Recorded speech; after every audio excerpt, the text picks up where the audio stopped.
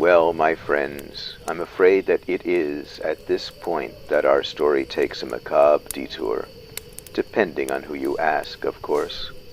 The laboratory had become so beloved during its 7-year run that it felt as though there were hundreds of spooky adventures yet to be told, an endless supply of dark fun that could be had with the Toymaker, with Charlie Snaps, and with their band of misfits.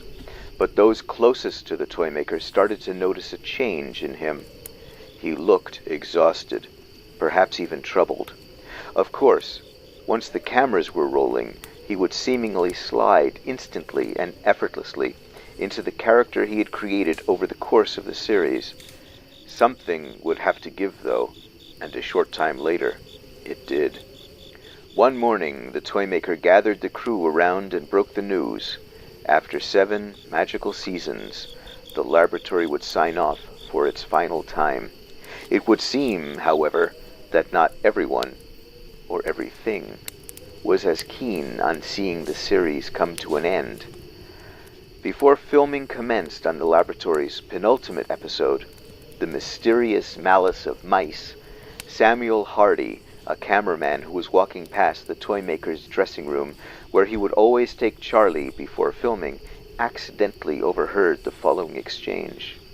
"Now, Charlie, there's a time for all things, and a time when these things must come to an end." The Toymaker's tone was unmistakable, as though he were trying to comfort someone.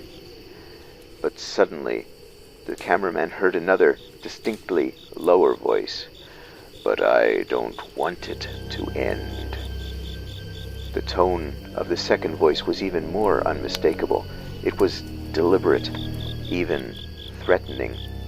Perhaps the Toymaker was getting into character, the cameraman had thought to himself. Perhaps, despite the Toymaker's veneer of genius, he had multiple personalities. After all, genius and madness aren't exactly uncommon bedfellows, are they?